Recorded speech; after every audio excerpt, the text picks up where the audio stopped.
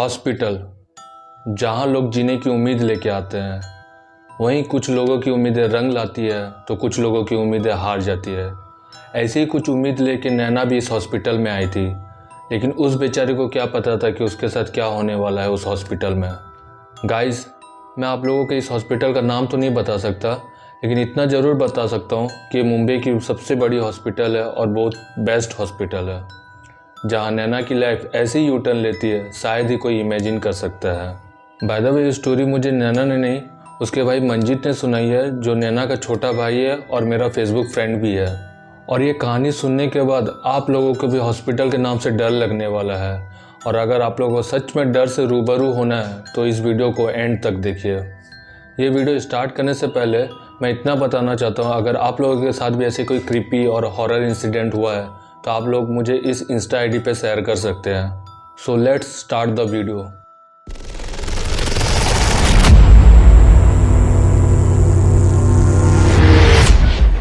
नैना basically Haryana से belong करती है, जहाँ की पॉपुलेशन 3.9 करोड़ है। हरियाणा को अगर सबसे अलग बनाती है तो वो है वहाँ की लैंग्वेज, वहाँ का रहन सहन। और हम कैसे भूल सकते हैं, यहाँ की धर्मभूमि कुरुक्षेत्र में महाभारत का युद्ध भी लड़ा गया था। और भी बहुत सारी चीज़ें हैं जो हरियाणा को फेमस बनाती है। लेकिन वीडियो को ज़्यादा लंबा ना करते हुए चलते हैं नैना की लाइफ में। तो नैना अपने मम्मी पापा और छोटे भाई मंजीत के साथ रहती थी। उनका छोटा सा फैमिली था। पापा का एक रिटेल शॉप था और मम्मी हाउसवाइफ। नैना को बचपन से डांस का बहुत शौक था। वो अक्सर जब स्कूल से शाम को घर आती थी तो टीवी में गाना लगाकर डांस किया करती थी। उसकी मम्मी भी हमेशा उसे अप्रोच करती थी, क्योंकि एक वक्त था जब नैना की मम्मी को भी डांस का बहुत शौक था, लेकिन कुछ कारणों से वो अपना सपना तो पूरा नहीं कर सकी, लेकिन अपनी बेटी को एक डांसर बनाना उनका सपना बन चुका था। नैना डांस के साथ साथ पढ़ाई में भी बहुत अच्छी थी। वो हमेशा अपने क्लास में टॉप करती थी, और शायद इसी वजह से वो सिर्फ अपनी क्लास की नहीं बल्कि पूरे स्कूल की बेस्ट स्टूडेंट थी। नैना कई बार डांस कंपटीशन में भी पार्टिसिपेट की थी, जिसमें उसे फर्स्ट प्राइज मिलता था। जहां नैना हर चीज़ में इतनी एक्टिव थी, वहीं उसका छोटा भाई मंजीत ठीक उसका उल्टा था। इसलिए मंजीत को हमेशा डांट मिलती थी, चाहे वो घर से हो या स्कूल से हो। और इसी वजह से वो अपनी दीदी से काफ़ी जलता था और दोनों में अक्सर लड़ाइयाँ होती थी। खैर, ये सब तो बचपन की बातें थी। अब साल था 2010, सर्दी का महीना। अब नैना भी अपनी ग्रेजुएशन कंप्लीट कर चुकी थी और इससे आगे वो पढ़ना नहीं चाहती थी, क्योंकि उसका एक सपना था और वो था एक डांस स्कूल खोलने का।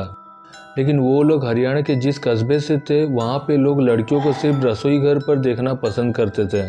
थोड़ी बहुत पढ़ाई, फिर चूल्हा चौका और उसके बाद शादी।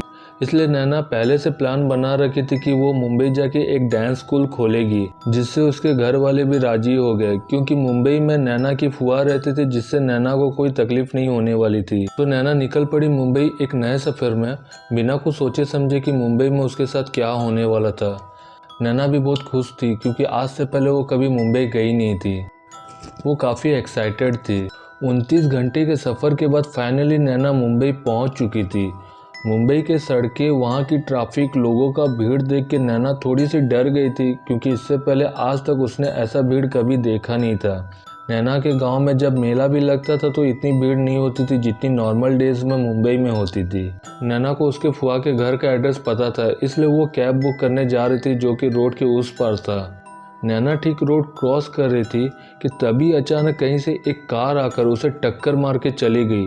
कुछ देर बाद वहाँ पे लोगों का भीड़ जम गया और देर न करते हुए उसे आनन फानन में नज़दीक के हॉस्पिटल ले गए। जैसी ये खबर उसकी फैमिली को पता चली, वो लोग तुरंत पहली ट्रेन पकड़कर मुंबई आ गए, और इधर नैना के फुआ लोग भी हॉस्पिटल पहुँच चुके थे। नैना 4 दिन तक बेहोश थी। उसे काफ़ी सारी चोटें लगी थी और बहुत से जगह पर स्टिच भी हुए थे। 5वें दिन पे जब नैना को होश आया तो सब काफ़ी खुश हुए और नैना जल्द से जल्द डिस्चार्ज होकर घर जाना चाहती थी, लेकिन डॉक्टर ने उसे सख्त मना कर दिया, क्योंकि उसकी कुछ टेस्ट अभी भी बाकी थे। इसलिए डॉक्टर ने कहा 2-3 दिन के बाद तुम घर जा सकती हो। इसलिए नैना के साथ सिर्फ मंजीत रुक गया और बाकी लोग घर चले गए। अब रात के 11 साढ़े 11 बज रहे थे।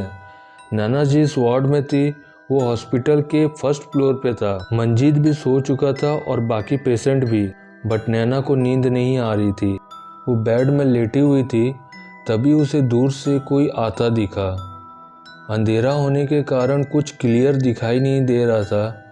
थोड़ा नज़दीक आने के बाद नैना देखती है कि वो एक पेशेंट है, क्योंकि उसने पेशेंट वाला ड्रेस पहना हुआ था।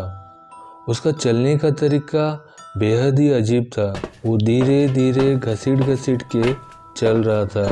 वो जैसे ही नैना के सामने पहुंचता है तो ज़ोर ज़ोर से सांसें लेने लग जाता है। नैना एकदम डरी हुई है और सोच रही वो पेशेंट कौन है और क्यों उसके सामने आया है, और ख़ास करके उसकी जो ज़ोर ज़ोर सांसें लेने का तरीका नैना को और ज़्यादा डरा रही थी। पेशेंट का फेस बिल्कुल दिखाई नहीं दे रहा था क्योंकि वो अंधेरा सा था। नैना देख नहीं पा रही थी क्योंकि वार्ड की सारी लाइटें भी बंद थी, और वो पेशेंट सिर्फ नैना की तरफ देख देख के पूरा ज़ोर ज़ोर से सांसें ले रहा था। तभी नैना मंजीत को उठाने की कोशिश करती, लेकिन मंजीत उठता नहीं क्योंकि वो बहुत गहरी नींद में सोया हुआ था। नैना चिल्लाने की भी कोशिश कर रही थी, लेकिन शायद उसकी चीख किसी को सुनाई नहीं दे रही थी। इधर पेशेंट नैना के पैर के तरफ था। वो धीरे धीरे करके जैसे ही नैना के करीब, मतलब राइट साइड से नैना के करीब पहुंचा था, तभी नैना जोर से मंजीत की तरफ हाथ मारती है तो मंजीत अचानक से चमक के उठता है। तो नैना पेशेंट की तरफ देखती है तो पेशेंट गायब रहता है। मंजीत उसे पूछता है क्या हुआ, तो नैना मंजीत को सारी बातें बताती है, जिसमें मंजीत उसकी बातों को विश्वास नहीं करता और कहता है शायद तुम कोई बुरा सपना देखी होगी। नैना उसे चिल्लाते हुए ये कहती है कि मैं सारी रात सोई नहीं तो सपना कहाँ से देखूंगी। कुछ देर बाद दोनों में बात ख़त्म होती है और धीरे धीरे करके दोनों सो जाते हैं और वो रात यूं ही कट जाती है।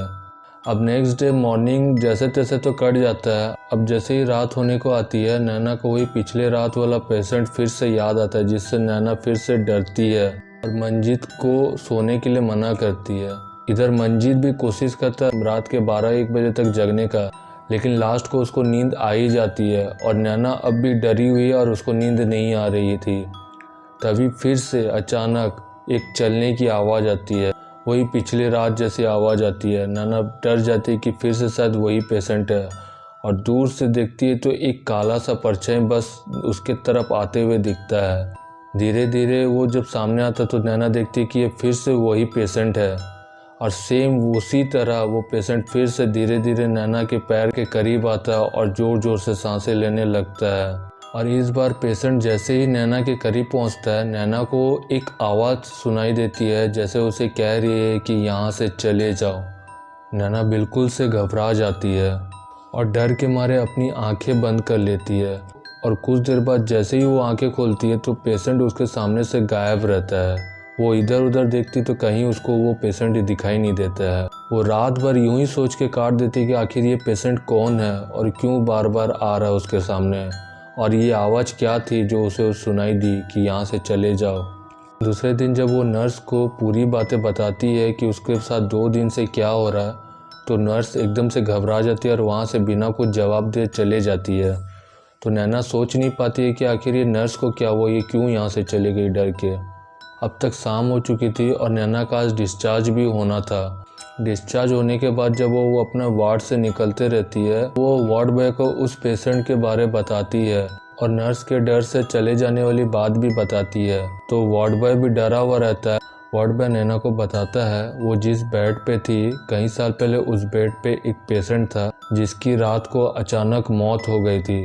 तब से लेकर आज तक उस बेड पे जो भी पेशेंट आता है उसे परेशान करता है और उसे जाने को कहता है, क्योंकि वो पेशेंट को लगता है कि वो बेड सिर्फ उसी का है और उसी का ही रहेगा।